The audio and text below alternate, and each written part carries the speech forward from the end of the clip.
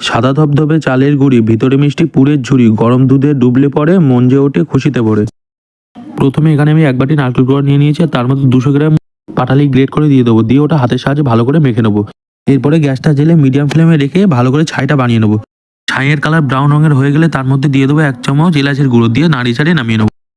এরপরে কড়ায় 1 বাটি জল, 1 চামচ লবণ দিয়ে জলটা ফুটে উঠলে একই পরিমাণে বাটি 1.5 বাটি চালের গুঁড়ি দিয়ে হালকা করে নেড়ে নিন।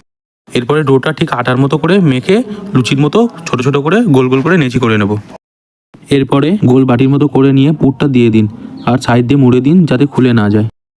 এখানে মা খুব সুন্দর করে একটা ডিজাইন করে নিয়েছে, চাইলে আপনারা করতেও পারেন, নাহলে প্লেন করেও করতে পারেন। এরপরে হাতের সাহায্যে পাক দিয়ে দেবেন। দেখতেই পাচ্ছেন কতটা সুন্দর হয়েছে। এরপরে একটা পাত্রের মধ্যে দুধ দিয়ে দেবো। এখানে আমি 1 লিটার দুধ নিয়েছি। এর মধ্যে দিয়ে দেবো 2টো তেজপাতা আর কটা ফাটানো এলাচ দিয়ে পুলিগুলো একে একে ছেড়ে দেবো। আর দুধটা ফুটে উঠলেই তার মধ্যে দিয়ে দেবো 1/2 চামচ লবণ আর 1 বাটি খেজুরের গুড় দিয়ে নাড়িয়ে নিলেই দারুণ স্বাদের নরম তুলতুলে গুড়ের দুধ পুলি তৈরি। আর এইরকমভাবে বানিয়ে খান আর কমেন্ট করে বলে যান রেসিপিটি কেমন হলো। ভিডিওটি শেষ পর্যন্ত দেখার জন্য ধন্যবাদ। আপনারা দেখছেন বাসুকি চেন উইথ ব্লগস।